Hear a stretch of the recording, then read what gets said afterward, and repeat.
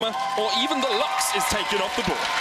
You know, we've seen, with the Lux, especially in other regions rising up, Enchanters seem to be the name of the game in the bottom lane. I think as we move forward, we're going to expect to see a lot more of that.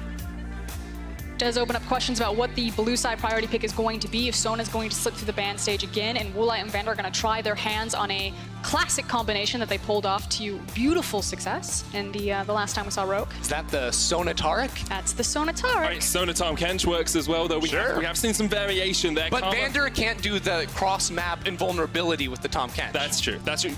Cross-map Devour could still work. Okay, Karma banned away. There's the Aurelia ban as well. Sona's going to be taken off the board by Splyce, so we're not going to see Woolite and Vander piloting that in the bottom lane. And again, I'm going to make a guess here, and I'm going to lean towards the Sejuani priority pick if she's not picked away here in the ban phase.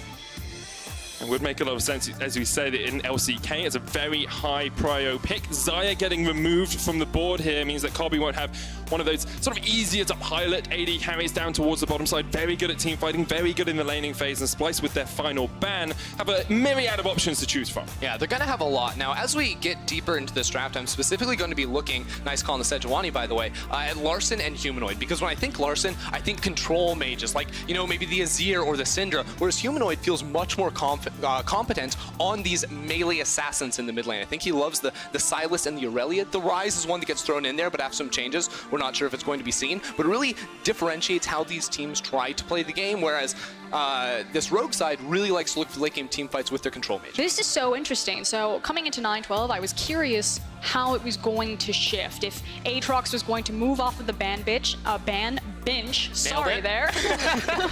and into first pick status. That's going to get clipped out. The ban bench for Aatrox. The ban bench and into first pick. But I was talking to some coaches, and they felt that it was situational due to the changes that he saw on 9-12. Right, Yuumi has been locked in here for Splyce. You could hear some cheers from the crowd. Don't always see her getting through the pick ban, but locked in for the bottom lane of Splyce. Alongside that, they'll get Xerxes, a jungler with some CC and with some early game presence, which is what we wanted to see. It's the Jarvan.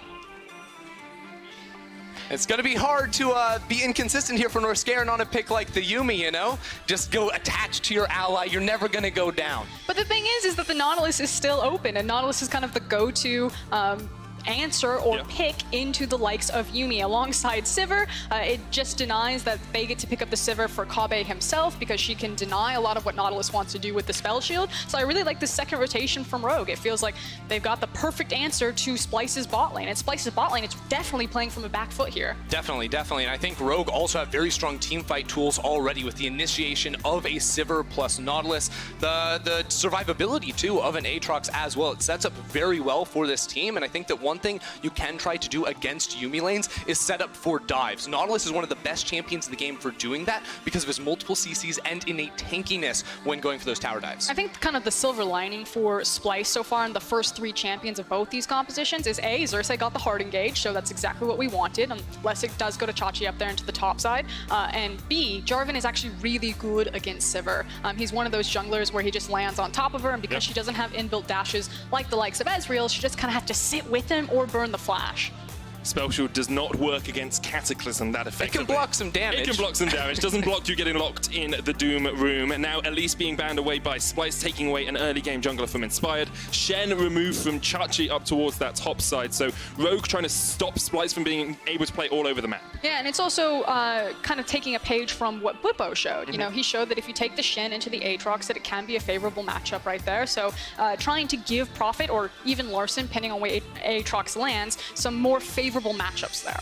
I also like seeing Splyce now removing a lot of these early game junglers from Expired. I expect to see him, Inspired rather, I expect to see him go for the Rek'Sai. That's been a champion he's really enjoyed in the past and very good at trying to find roundabout ganks onto someone like an Ezreal. But they could just grab the Rek'Sai for themselves right here because you have so many jungle bans leverage. I was curious which one it was going to be, unless it is a Jarvan jungle in fact. Could always flex that Jarvan, as you say, up towards the top side. Azir will be the lock for Splyce. Humanoid playing something relatively, utility mage focused in the mid lane. Has a lot of damage, but of course, not known for early aggressive plays. It's also a great takeaway from Larson. One of his key picks is something like that Azir. He is nasty on it, and it works really well in tandem with Ezreal. Ezreal and Azir can spike at kind of similar points on two items, and then Azir can fully outscale. So Ezreal also adds as a good bridge for Azir's late game power spike. Ah! So sometimes those words can be a little bit tricky I've been for us. We'll get tilted there. since first pick. Understandable. Okay, so Skarner is the next lock in here for Rogue. Both teams, we talked about how they want to be able to team fight in comps. I'm seeing that a little bit from both these sides, Ender. And I really want to see them pick the Corki. Yes, I love this pick up against the Azir. You really start to outscale on this champion 2-3 items. You have that consistent DPS, and I feel like it fits right into Larsen's wheelhouse. We'll see what Splyce decide to lock in last. A lot of different options for them. Not going to be the volley bear. OP in teamfight tactics, but not so strong on summoners. Make that a level 3 now. Nah as well in the top lane will be locked in here for Vizichachi, one of his signature picks. So now that we see both the compositions rounded out, I want to talk about how these teams will play. When we came into the game, we said team fight tends to be the way of both these squads. Is that what we see from the draft? Yeah, I think we're seeing a whole lot of that. You just look at the mid laner and AD carry, right? On the side of Rogue, you have Corki plus Sivir. So much late game DPS on 3 items, almost nothing can go head to head against that. Whereas on the other hand, you have Splyce, right? With this Azir in the mid lane, you're going to be pumping out the consistent DPS. The thing is, I agree with you, Frost. They spike earlier on that 2 items. I think that's the window they have to seize, which Splyce has historically struggled with.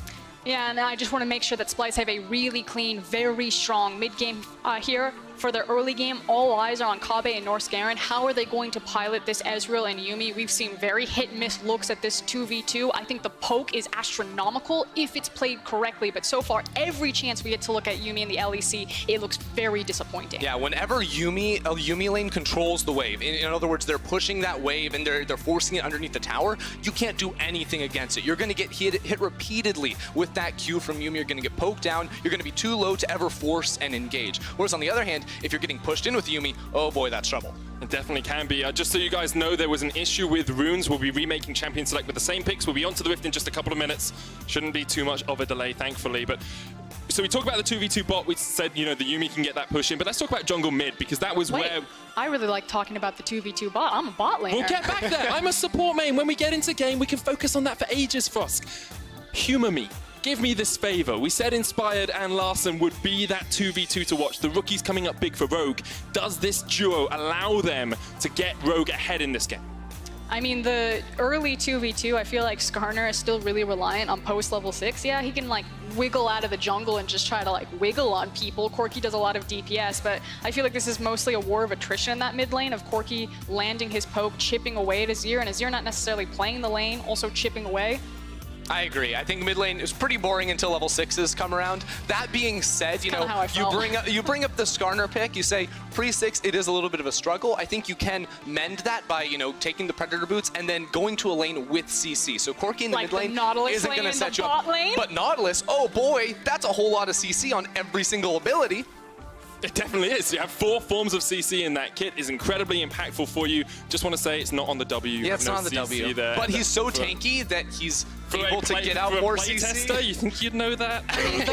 the combo is the Q from Nautilus into the auto attack, into the W for the auto reset, into another auto attack to maximize. And you also press E in there somewhere. And just spam the E. Get and the then just maximize your damage trade. So we'll have to see how well North Garen and Kobbe can play safe in that lane if that Nautilus is looking for the engage. Ezreal, of course, very easy. You know, you can buffer out the Arcane Shift, jump away, but if the Yuumi is ever caught, you're in for a world of hurt. Yeah, and it's also the fact that Sivir is able to output a lot of damage very quickly because she also has an auto reset. So normally we say, yeah, Yuumi can get caught because there's not enough CC to keep her down long enough for her to get burst out that she'll just reattach to Ezreal and walk away. But I actually think with Sivir Nautilus, there is that upfront burst damage available that if the CC does land, she'll be immediately deleted. Also, let's remember that on patch 9.12, there was a change to Yuumi, which means any form of immobilizing CC will interrupt it. Before it had to be a knock-up or a displacements of sort, that would knock it out, but now even Nautilus's auto attack, that route will stop her while she's in transit towards her ADC. Right on the money, Ender. Now, guys, if you're just joining us, we do have a delay ahead of Rogue and Splyce due to initial with runes. Picks and bans are already done. We'll be hitting the Rift shortly.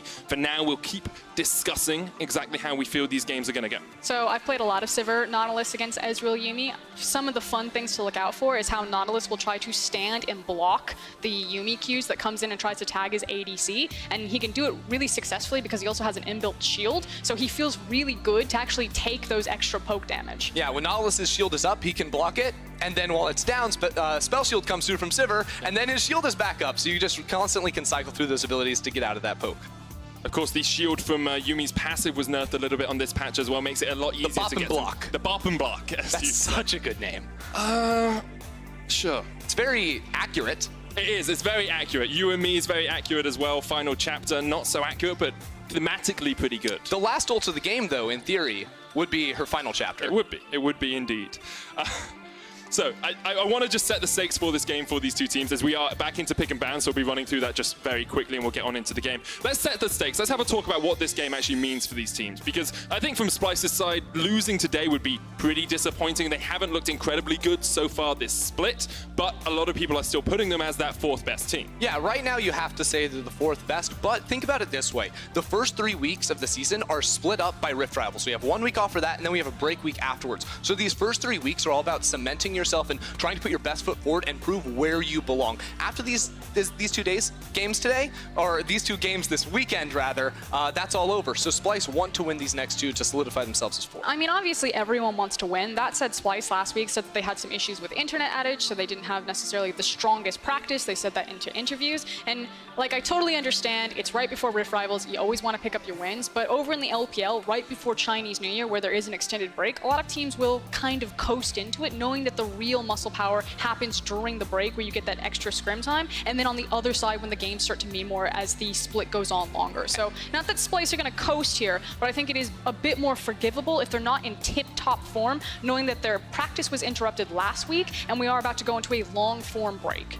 It definitely are. You do have that little bit of time to reset, to reevaluate. Rogue will be looking so far at this split and saying they're pretty happy. 2 wins out of 4 games. They've only beaten the bottom teams in Vitality and Excel, but so have Splyce. And if Rogue take a win today, that team is looking a lot more promising coming into that mid-split break. I think it's about shift in discussion. You know, no one really knows what to expect from Rogue, how far they can climb. They've already done better than they did in spring, so is playoffs the goal? Where do we actually set expectations and goalposts for this roster?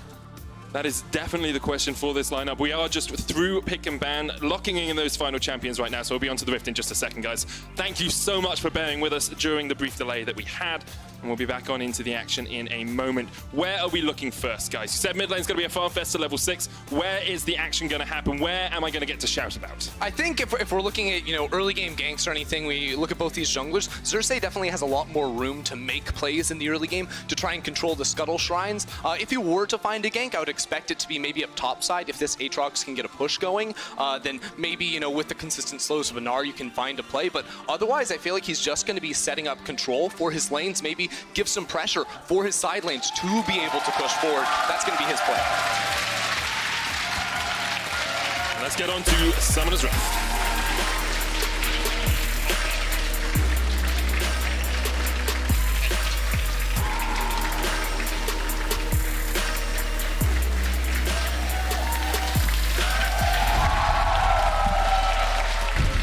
Look at how beautiful it is. It's Summoner's Rift. We've waited long enough for it. And now we see the green meadows, the vibrant bushes, the flowers, the river, ebbing, flowing, ready. The golden pigeon. The golden pigeon.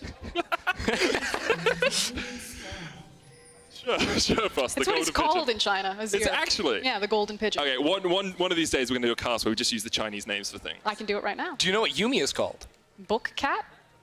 See, on the playtesting, we just called her Cat Book. That was her name for so long in development. Sao Mao? I think Book Cat is better, personally. True. I guess if you rate the importance of her book over the cat, then that's fair. Don't worry, guys. I'll bail us out. So we've placed some early vision, especially in that river, and we seem to be cheating towards the top side. It looks like we're trying to secure, Splyce are trying to secure a good start for Xerxes to hide where he's starting. So you can see the early red Raptor ward that's been placed by Splyce. It's been pinged out there to make sure that they can track if someone moves in to place a ward on his red. Yeah, Inspired also placed a blue ward on his own blue buff, expecting maybe Xerxes to go straight from red into the enemy blue, perhaps. So looking at Inspired, perhaps, to go for a bit slower of a clear down towards his Krugs, get that early level 3, and wait for a gank until he can get a recall off, get those Predator boots, and find something. Probably not scaring. Maybe a little bit aware that an early Skarner gank could happen down towards the bottom side. Have placed the ward in that tri-bush as well. We'll keep our eyes on the Catboy bottom lane, I guess, with the Ezreal and the Yuumi as they just get pushed in a little bit by Woolite and Vanda early on. Yeah, W start as opposed to the Q start for Woolite on the Sivir, so wants full wave control. It gives you nice little trade access with the auto reset as opposed to just trying to tag the boomerang on both sides. And Vander, you can see there, we talked about him being able to use the Titan's Wrath, the W, to shield up against any damage that comes out from Kobe and Norskeren. That's exactly what he did. Prowling Projectile will hit, and it's Arcane Comet from Norskeren. Yeah, and early on, that Prowling Projectile is an 11-second cooldown for Yuumi, whereas Vander's shield is a 12-second cooldown. So unless that Q is coming out immediately and also landing immediately, it is super reliable for Vander to be able to block it. Interesting pathing here from Xerxes. I like the ward set into the Stride Brush to know for certain that there was no vision from Rogue set here. So he knows he slipped in undetected. Slipped in behind enemy lines right now as Vander and Woolite have no knowledge of where Xerxes is. We said he's the one that set Splyce up for success in the early game when he's looking to do it, waiting for that EQ to come back up, and here he goes, stepping forward. Kobe and Norskeren on the chase. Prowling Projectile, E in as well. Woolite exhausted, flashes away. The knockup's only going to land on Vander, and they will just take the summoner spells. Yeah, he got what he came for, which was getting that flash. Expect to see Xerxes revisit this and see if he can punish Woolite on this Sivir. And he's not too sad about delaying that gank for so long, too, because now that he's in that bottom side river, it sets up for him to take this crab. You also saw that Vizicachi roam down towards that river to place a ward himself, so they will be able to get knowledge of Inspired once he steps out of his jungle for that crab. Inspired here, as you say, spotted out, going towards the crab, and across the board, pretty even in these lanes, but we are only 3 minutes in. Maybe I'm anticipating a lead a little bit too soon. Xerxes here will stay down towards the bottom side, knowing that Woolite doesn't have his flash, means that he can protect his bottom lane. And since Inspire did look for a slow clear, there's unfortunately nothing for Xerxes to really grab after getting that summoner flash. You know, using the Squire's Bloom there, if the Krugs had been up, he would have walked there and kind of traded that Krug camp, but because he expended so much time and because Inspire did such a slow clear, Xerxes actually does lose a little bit of time in his jungle efficiency by having to walk all the way back to his wolf camp. Which means a faster level 6 for Inspired. He's going to be able to recall now, pick up his Predator boots, maybe look for a play down towards that bottom side, which is also pushing up.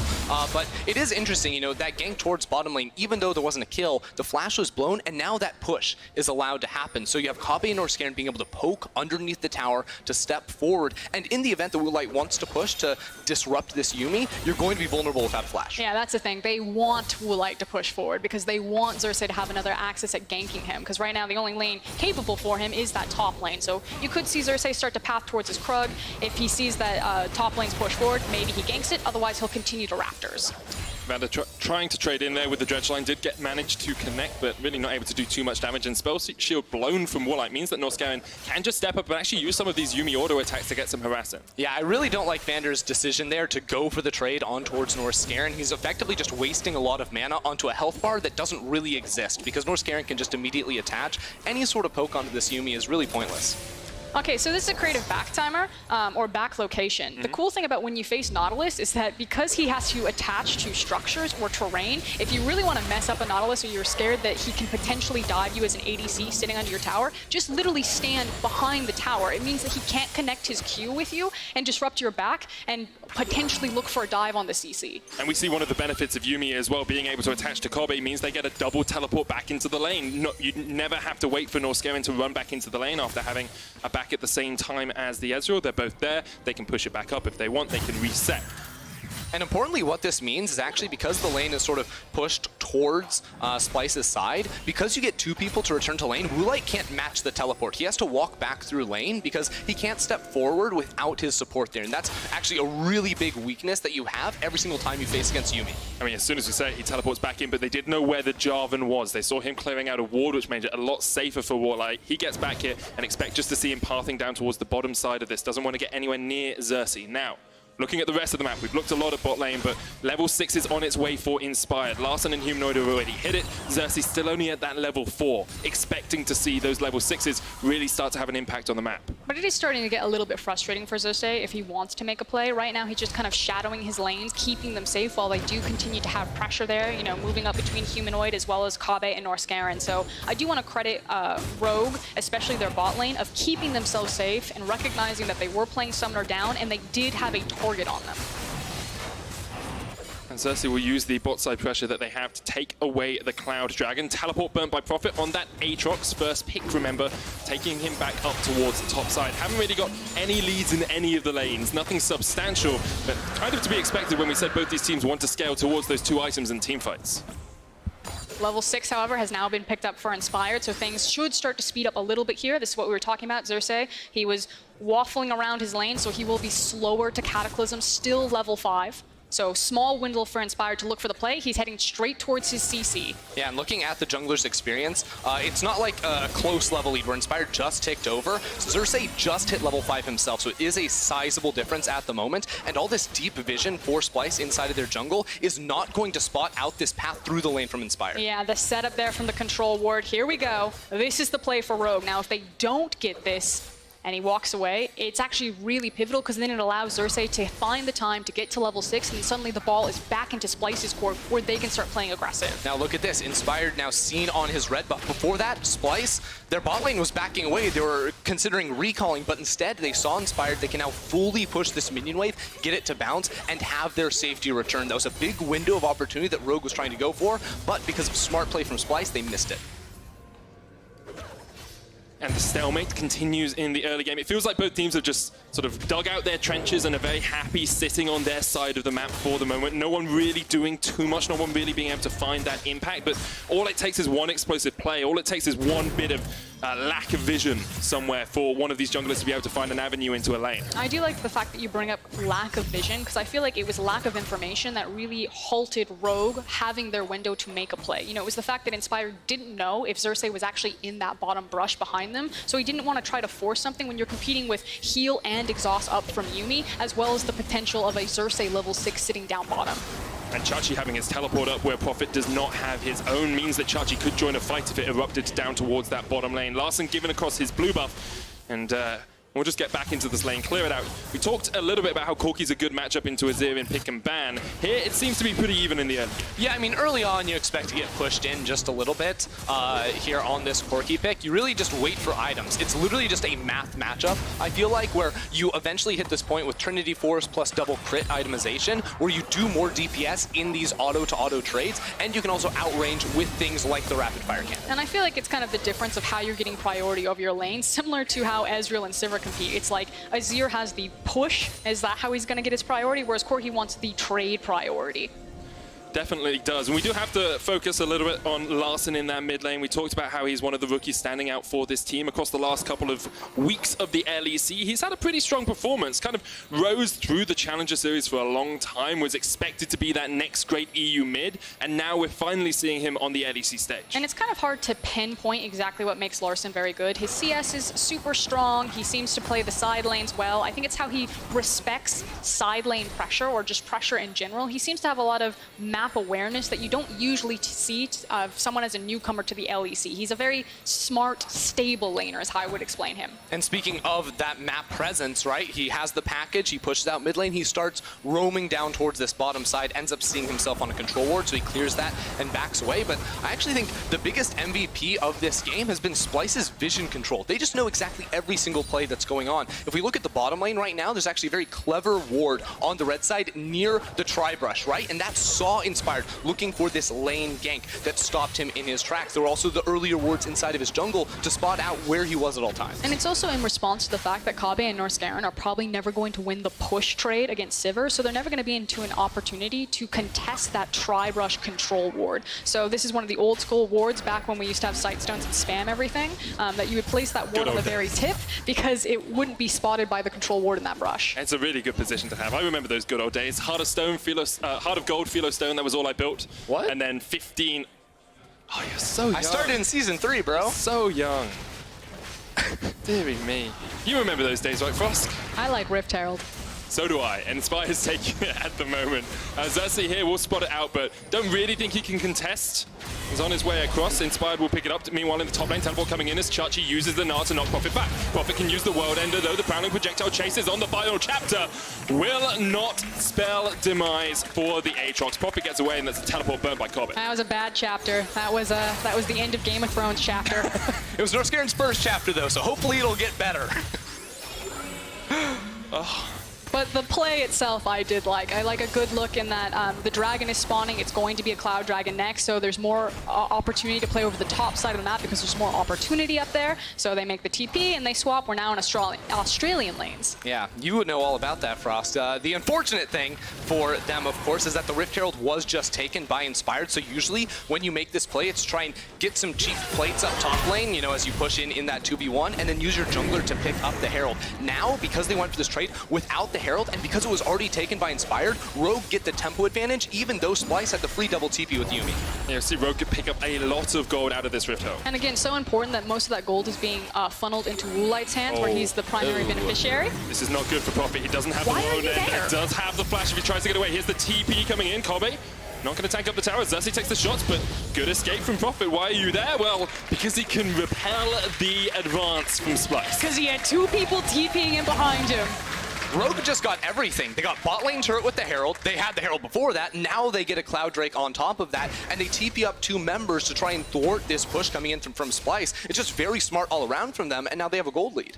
And they also have the Trinity Force completed on Corki, all of that gold into Woollight's pocket, kind of back to the point that I was starting with. Again, it feels so good on Sivir if you can springboard her ahead of the clock. I expect this to be the Essence Reaver Infinity Edge build, which is so potent and powerful on a single W bounce. And she's 800 gold ahead now over Kobe. Woollight in a very strong spot. Wasn't penned back in the lane by the Ezreal, by the Yuumi, and they've been able to get through towards this mid game very effectively. Yeah, I think what happened was that Woollight was able to pick up those solo turret plates in the bottom lane. Inspired drops the Herald and then can back away towards the Dragon. So very good look now for Woollight, who we have seen struggle a bit early on in the split. And up against Kabe, I feel like he needs that extra presence in the early game to match him toe-to-toe as we move forward.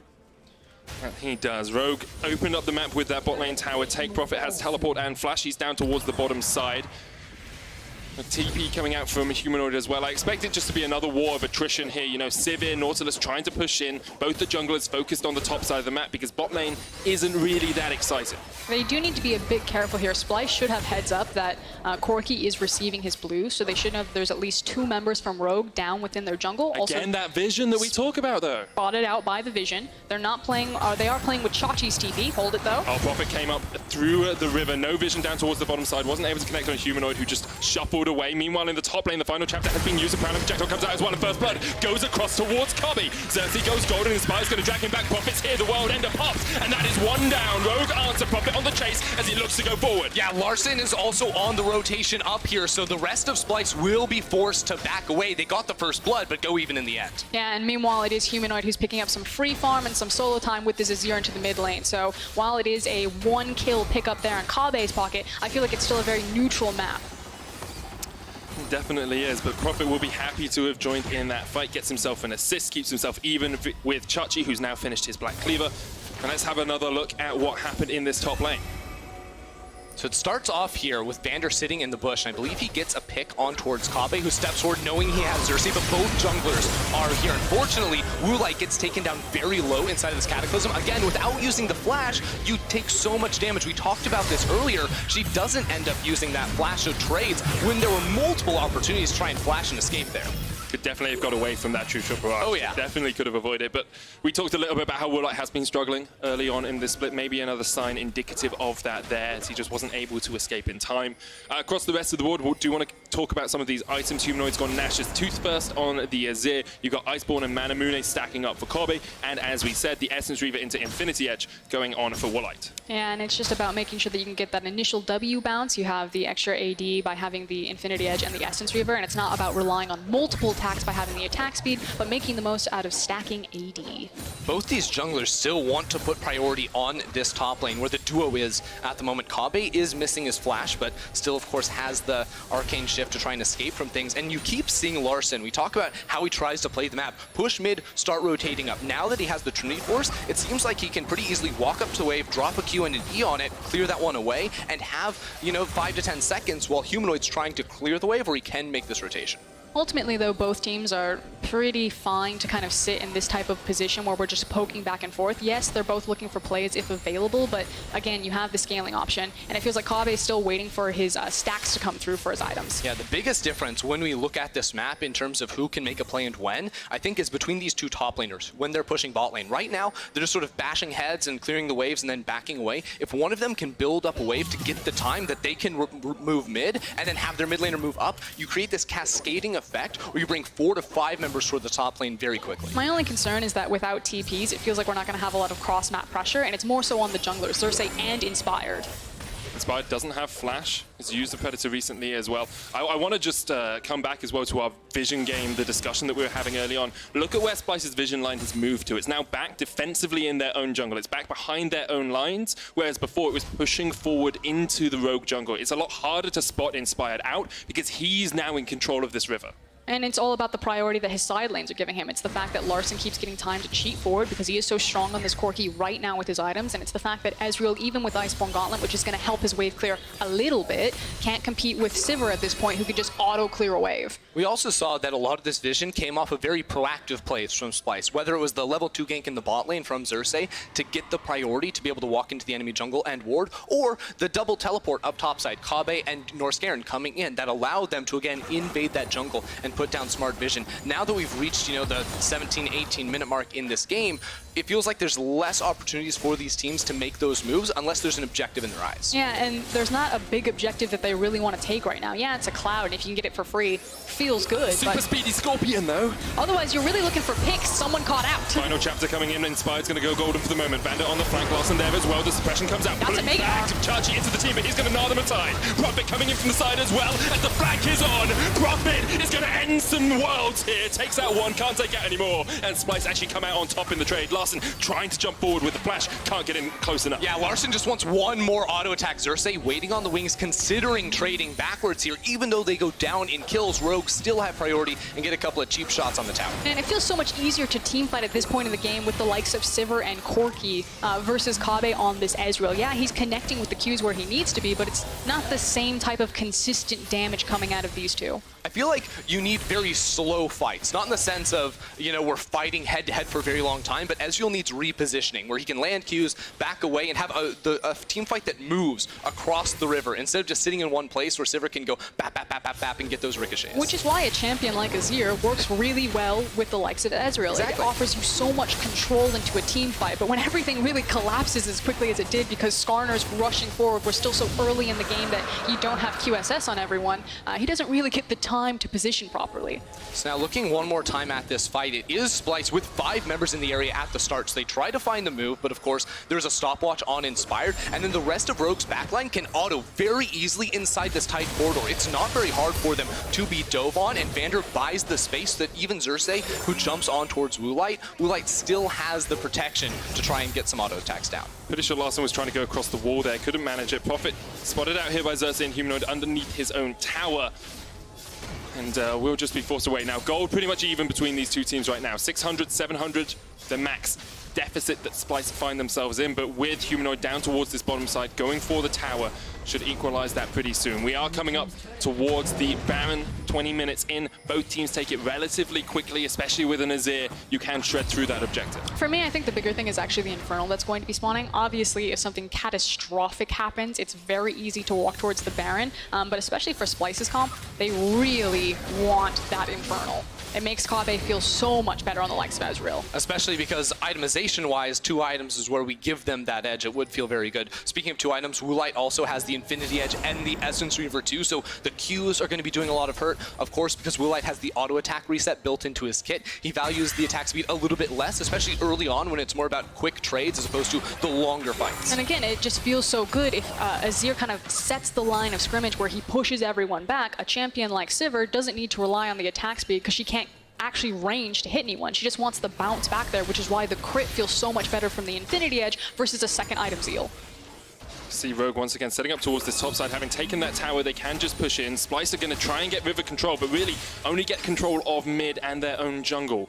Still, Rogue have entire vision control here. Prophet going in onto Judge is going to pull him back. The Nam into the wall, but Prophet can go for the chase. Here comes the package. Larson on the offensive. Chachi running for the hills, retreating, puts up the white flag, but it's not going to save him for long. Larson takes the kill. Smart move there from Larson, using that map pressure with the package to come on in and bait Chachi into that fight. It's a quick kill now for Rogue, and they're able to use that now to move into the mid lane and get some control around the Baron area. Yeah, it's what do they actually get off of that pick outside of just trying to punish Chachi, pick up some free extra gold, and unfortunately, it doesn't feel like a lot. Yeah, they clear around the Baron, but there wasn't a lot of vision to begin with there, and they don't have that mid lane tower. This is kind of the big thorn in both team sides. As long as these mid towers hold, we're going to continue to see this stalled out, slower pace game where it's just a tug of war back and forth. Exactly, because when the mid lane tower is there, you can step further forward in the lane, which means you're killing the minion wave faster, which means you're clearing the wave faster, which means you can then freely move into the river and contest around vision. That is a lot of control wards. So many. That is It's great to see. I love it when I see a lot of control wards on the map. But there's about efficiency of vision control. Nah, chuck them all down. They're only 70 goals. No, so legitimately, I think this is intentional now from Splyce putting the deep vision where you say maybe it's a little bit overkill, but we saw Rogue actually move deep into their territory, so they're trying to protect against potential flank teleports from someone like an Aatrox. The one ward. Now Xerxes clears that. That's what we call a little back sweeping right there to make sure that they can't get flanked really easily. It's pretty good reconnaissance. Now we'll see this once again. Chachi on a control ward. They've been hurt by vision before, Frosk. They weren't going to let it happen again. And he just didn't respect the fact that Larson could be there in a snap second. Whoa. That looks cool. Yeah, it did. I enjoyed that. Thank you, observers. That was pretty sweet. Yeah, and the chase down is the chase down, right? There's no real surprises there. When you're Nar in that situation, you're not going to get away from it. Now, you can see Rogue have moved the battlefield up to the top side of the map. Splyce are trying to be here to answer. I want to come back to some of the players we said we wanted to see a lot from coming into this game. We talked about Inspired and Larson and Humanoid and Xerxes. Those were the guys that would set these teams up. How do we feel they've done so far? Well, look, I've been pretty critical of Humanoid recently because I feel like he has not had huge impacts in these games for his team. I think, you know, lowest in terms of damage per minute difference against his enemy mid laner, damage share, all these things he rates very lowly on, and he's usually playing these split push style champions. Now in a game where he's on a pick like this Azir, he has to output so much damage in these team fights for Splyce to feel good about themselves. Chachi's going to get caught out here. Whoa! Pulled back with the Impale. They're looking for the Blast Cone as well. Vander's going to knock him up, and Chachi doesn't really have anywhere to go. CC'd for days, tries to get away, has the flash, rooted over the wall, but Prophet can flash for the chase, and Chachi will not escape. Oh man, what a terrible series of events there for Chachi. He gets ulted out of his hop, he gets CC'd somehow out of the blast cone away. It's just a brutal time to be alive for Chachi. But I actually think Splyce are completely fine with this. Yeah, Chachi keeps dying. That doesn't feel great, but it's not transitioning into any sort of objective. In fact, it's Humanoid that actually takes the tower onto the top side of the map.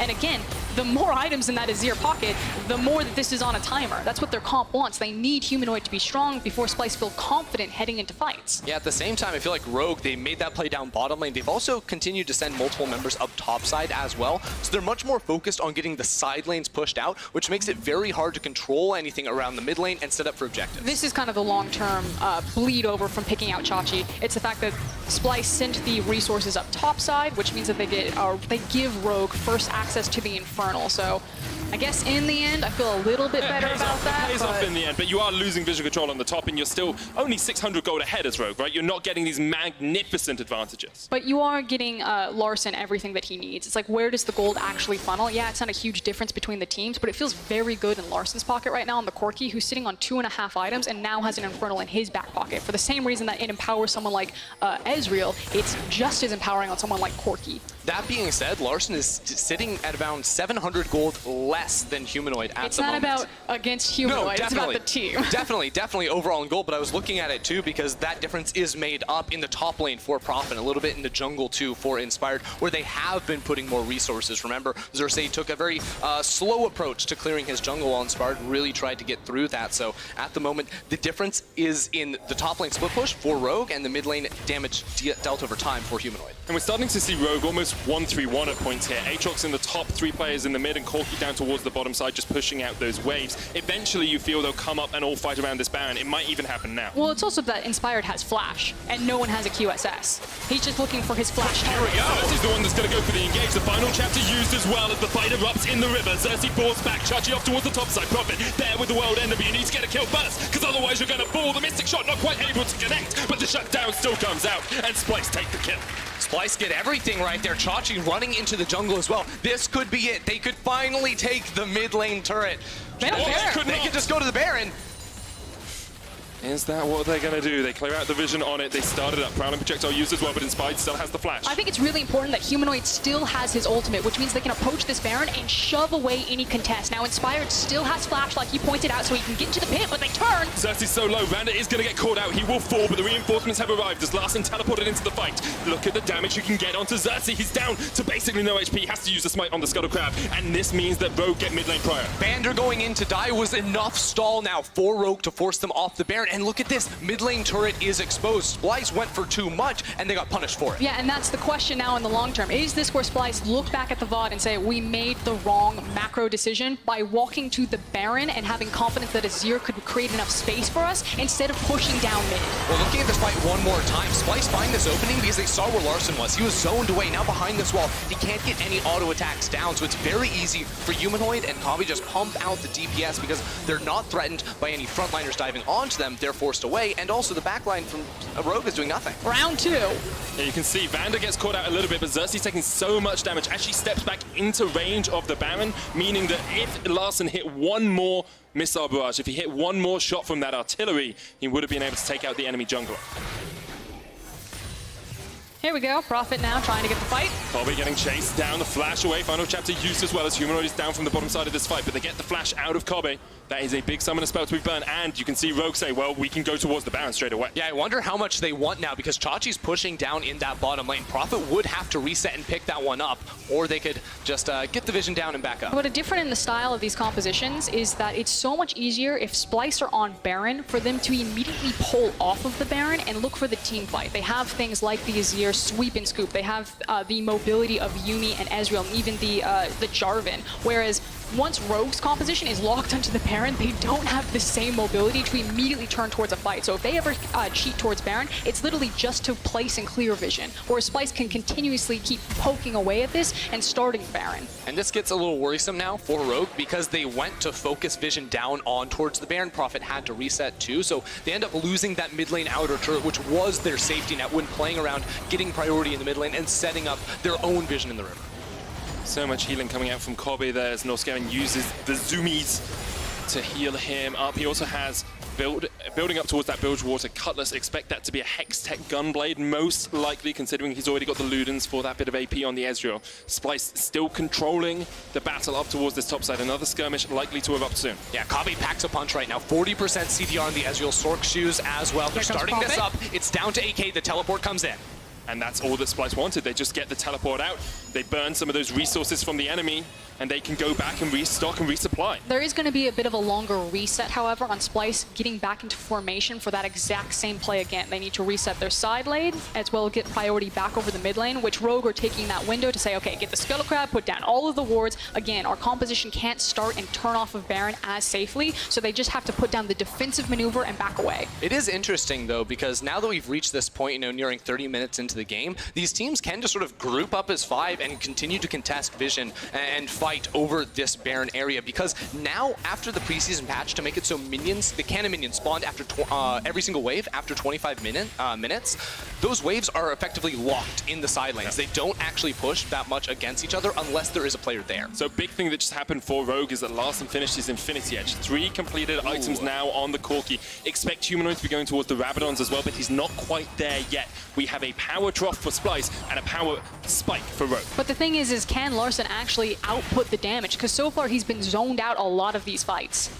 See, here's the things. Larson and Woolite could just stay to the side of this. The Scryer's Bloom, long-range Farsight Alteration, so I use that into the pit, but they're still doing this Baron. Xerxes going to have to jump in blind, 6,000 HP on it. Here comes Humanoid from the side. He's going to bring some reinforcements to the fight. True Shot Barrage comes out, but now the Baron's angering Xerxes, and Rogue trying to disengage, trying to keep Splyce separated. Flash, Impale, straight in, Xerxes gone, and maybe with that Splyce, there's chances in this game, but they're going to reset. They're pushing forward. It's fired so low. Look at Chachi, jumped on by Northscare and Kobe, forcing Bandit to the bottom side, but it's all on Larson. The Rogue have no more tools left to turn and fight. The poke keeps coming out from Kabe. They don't have a jungler, so they cannot start the Baron, but they should be able to get major control after that fight. I mean, that said, that's still an oopsie by both teams right there. Rogue for kind of waffling, are they going to start the Baron, or are they going to commit to it? And for Xerxes to go into this pit, Baron did so much damage to Splyce's front line that they couldn't then immediately turn onto the Baron once they had won the fight.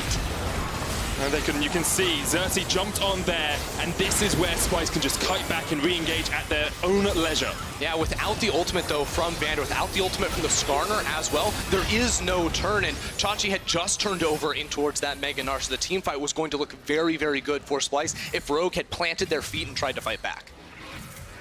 Once again, the Vision game starts once more. There's the Hextech Gunblade complete on Kobe.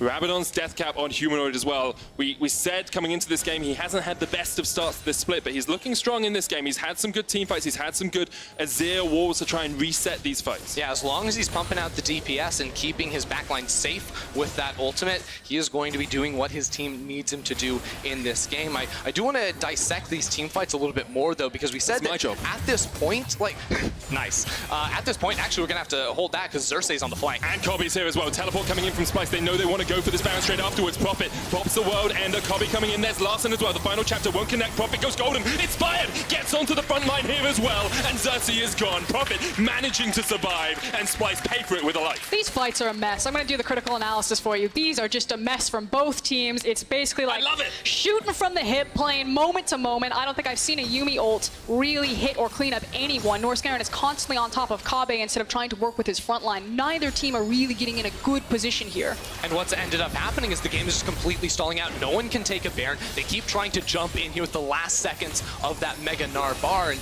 end up giving over control to Rogue. Rogue once again going back to the Baron. Inspired, caught out just a little bit. There's the True Shot Barrage. He's down to half HP, and you can't do it. If you get chunked like that, if you get poked out, you cannot go back to the Baron. And that means Rogue have to reset. Splyce do have a gold lead now. It's about 2,000 or so, but it feels like it doesn't matter that much at this point in the game. Is this going to be the situation where we walk back towards the Baron, or are we actually going to look at the free Ocean Drake that's just been sitting there like, guys, I've been here. They might give us that without a team fight. It's just water. Who wants water? Well, I mean, if it's like Coke or something, that'd be much more delicious. Or Red Bull. Yeah. There you go. Thanks. Gives you wings. So sponsored by Red Bull. Okay, now Splyce set up the Sun Disc in the middle lane. Prophet trying to get behind Kobe here, who has got that Arcane Shift still to jump across the wall. Prophet is on the flank, looking for the perfect avenue into the fight, doing some reconnaissance behind the team. Chachi now stepping forward, almost has that Mega Gnar. Prophet pops the ult, Xerxes jumps in, the Cataclysm used, but then straight into the Impale. Prophet's already fallen, Xerxes gets out. Nar's just about to come out and knocks back Inspired. The True Shot Barrage from Splyce, it's a double. The Humanoid and Splyce come out on top. You guys are hyped for a TFT game. This is just ARAM all over again. I feel like by sheer luck, we finally got a good team fight for Splyce right there. The Yuumi ultimate connected. They got pulled in by Jarvan and Gnar because Inspired keeps grabbing some of the tanks. It worked out well for them. Splyce get the team fight, Splyce get the Baron, and 34 minutes in, they have a 4,000 gold lead. But Rogue get the Ocean Drake. That is true. That is true. We're going to have a look at Humanoid's view in that game, in that fight, because he picked up 2 kills. Okay, who did Inspired grabbed here? It's Xerxes every time, I'm pretty sure. Yep. That's the tank front line, so Humanoid's in the back line, dishing out free DPS, moving all those soldiers. Really good job by Chachi, too, to land the CCs onto 2 members to get those consecutive auto attacks down there by Humanoid. But you can see how easy the team fights are once the line of scrimmage is set there from Splyce, that they got Chachi in front of them, they have the Azir Sand soldiers, the wall comes up, and it's just so easy for Kabe at this point in the game to dish out so much damage, but it's just still been kind of an inconsistent mess for majority of these fights. We have, what, like 10 fights this game, and I think 2 of them have looked clean? Yeah, I think a really really big part of it too for Rogue side comes down to whether or not they can get the first kill of a fight. Because if they get that first kill, Prophet then revives with the World Ender. Without it, he drops almost immediately, and they don't have that damage over time from their front line. And you can say, like, okay, that's Inspired's job, but who is he actually supposed to grab? It's really hard to catch Yuumi and Ezreal who don't have the QSS, and the other guy, Azir, does have a QSS. And so he's like, okay, I guess I grab the Mega Gnar. It seems like, no, please don't grab Mega Gnar, or I grab the Jarvan. Yeah, really, not many options for him in this game. Do you want to give some credit to Chachi as well in pick and ban? We talked about how he needed to be the primary engage for this team sometimes. He did that pretty well there. Him and Xerxes teaming up with the Cataclysm into Gnar combo to stop Rogue in their tracks. Now, Splyce pushing in for the inhibitor tower down towards this bottom side. Yeah, with the Baron minions too, it's so easy to walk up and auto-attack. Big damage coming out from Kobbe. That'll be the tower. Chachi doesn't have flash, but they're going to go in with the chase on the hunt. Popped Humanoid there down to half HP, but Vander's already done. And Rogue have to step back. That's the tower, that's the inhibitor. And that is Splyce with a strong foothold in this game. And now we get a good look at how Splyce's composition is supposed to work for them. Because it is the likes of that AP-esque Ezreal, it's doing so much damage. I feel like it really was a zoning ultimate that just wiped across Rogue. Have another look at that fight in the top lane. Feels like Vander just oversteps a little bit. As you say, Larson takes half his health, and here, just Inspired once again, dragging Every single time he pulls in the Jarvan, but then Vander's in the front line. He realizes he's not actually all that tanky once the shield from his W goes down. So the front line from Rogue is really stopping their damage dealers from being able to fight back. You know, as soon as one of their frontliners drops, they just have to run. I just think it's hilarious that Xerxes has the Warmogs and the Gargoyles. He gets pulled every single time. He's like, you can't kill me. I am invulnerable. You think I'm locked in here with you? You're locked in here with me. And just dunks the Cataclysm on them as he comes out of the Skarner ultimate. 6,000 gold lead, sorry, for Splyce, and you have to think the next steps are closing out this game. Look towards the bottom side, take that next tower, look towards mid, take the tier 2, and Rogue will have to pull a rabbit out of the hat if they're able to get back in this matchup. I really hope we get another like 5 to 7 minutes of this game right now, because both bot laners on Splyce's side are trying to complete their Rabadon's death caps at the moment. An Ezreal and a Yuumi third item is going to be going for that big stacks of AP. And you can see Norscaran doesn't just have to sit on Kobbe anymore as well. He's on Chachi, he's speeding up that front line, he's making Chachi tankier, giving him the heals as well, and opening up the map as well for Splyce. This mid lane tower down to half, Prophet trying to push out top as the super minions push in, and it's very easy for Splyce to pull a Rogue around the map. Yeah, and Humanoid has that wave down bot side too, so that turret should be dropping now with that Baron buff. Larson does have the package, so in theory can respond to a fight quicker, but Rogue, as we said before, have no good targets to catch out. This must be such a frustrating game for them, because for the last 10 minutes, they've not been able to do much of anything. And the unfortunate reality is that while Larson and Woolite are very strong also at this point in the game, in terms of their items, you cannot fight front to back, because your tank line will just get shredded, because you only have Inspired. He can't grab anyone he wants, otherwise it's just an Aatrox there, whereas you have Gargoyle, Stoneplate, Xerxes, and Chachi who are just sprinting at you. Yeah, the problem is, theoretically, again, they could have a front line if they have an extra HP bar from their Aatrox, but because of the double stone plates from Chachi and Xerxes, they can't get that initial kill. You can't catch an Ezreal or an Azir either. That doesn't seem like a realistic possibility either here for Rogue, so it becomes very grim for them. It means that Rogue need to get really creative with how they're executing these fights. If you ever see a situation where both teams are just deathballed running at each other, Splyce are going to win that every single time. You need some sort of flanking maneuver, someone caught out of position, in a realistic world of like Inspired can grab Kobbe and punish him. That's the only option I see right now for them. In all honesty, like, Humanoid has the QSS, any other target isn't going to net you much of anything. I guess you could grab Norscaran, but if you're ever catching a Yuumi in a late game fight, then that Yuumi's trolling. Good looks to catch out Visit Chachi down here towards the bottom side. Maybe not anticipating all of Rogue waiting in the bush. Guerrilla warfare from them as they try and catch someone out, but Chachi just goes into the Mega Gnar. It's too far pushed up for any of Rogue to really chase this, and with Splyce getting mid lane prio and with the Elder Drake being up soon, you have to expect that's where the next fight will erupt. Look at what Rogue are doing though. They have a couple members sneaking into this bottom lane trying to catch on the counterplay, but there's 5 members of Splyce here. Yeah, Woolite has TP. He'll have to join the fight from mid lane if they want to go for it. Predator popped, Prophet trying to force them up towards the top side, but battle lines have been drawn and neither team is willing to step forward. Yeah, because check out where Woolite is. He's just chilling in that mid lane trying to collect some farm, and now he's responsible for catching that wave. Does have TP. Where's it going to TP to? There's a ward in the pit. Is that where you're coming in? There's one down towards this bottom side as well, but there's a control ward on that. There's the TP. Now we're going to see Woolite join the fight, and it's going to start now. Inspired has to be able to find Kabi. Instead, they get poked out and pushed back. The Elder Dragon is started up again, and it's taken down by Cersei. Cersei gets it into a great nab from Vizichachi. He pulls all of Rogue back into the team, and there's no escape. Kabi's going to get profit up towards the top side. You can see down towards this bottom side of the fight. Chachi's just chasing them. You can't get through the tank. You can't do anything against Splyce, and it's an easy enough win in the fight. Yeah, Humanoid, meanwhile, teleported on the back half of that fight, and he is just going to walk it in here for Splyce. That should be it. It's Woolite and Larson trying to stop a red buff from going down, and Woolite, he can't get back to base. Humanoid's just going to take it all. Kings of the late game. Splyce once again show us once you hit the 40-minute mark, there's no defeating them. 40 minutes into the game, they'll take the win versus Rogue.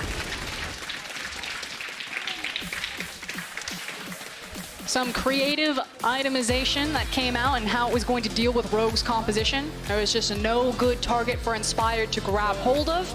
They had a couple of picks, but Splyce just waited them out and rolled them over at 40 minutes. Yeah, it was a slow game to be sure. Both teams struggled to start up the Baron and find a convincing fight early on in order to try and take that one down. But ultimately, we saw past 3 items here for Kabe's Ezreal. Once he hit that 40% CDR, that he could just poke down and immediately burst the front line of Rogue and ultimately net his team the win. What a game it was from Splyce.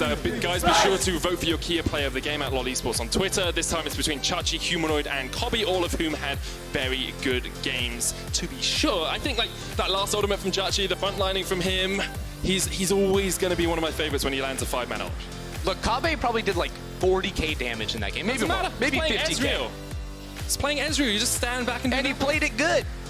That's my analysis. He played it good. He definitely did. Rogue on the other side, I think, will be not too dismayed, right? Like, you look at it, you held Splyce for a long time, your composition didn't really work out as well as you would have wanted it to in the late game, but still, going at 40 minutes against Splyce when last split you were at the bottom of the standings, there's some big improvement since split. I think what Rogue will take away from this game is that ultimately, I felt they got beaten in vision. Throughout the early game so much, you were wondering, when is Inspired going to make that ultimate play? But Splyce knew where he was at every single moment of that early game. So they'll go back to realize, where were these wards that spotted him out? How can he path around them or clear them or stop them from being placed in the first place? And ultimately, that will be their takeaway, and that will be the area of improvement going forward. I also think that we saw some good looks from Humanoid this time around. Right place, right time. He was managing his side waves. He was always in position for the team fights. There was never any egregious misposition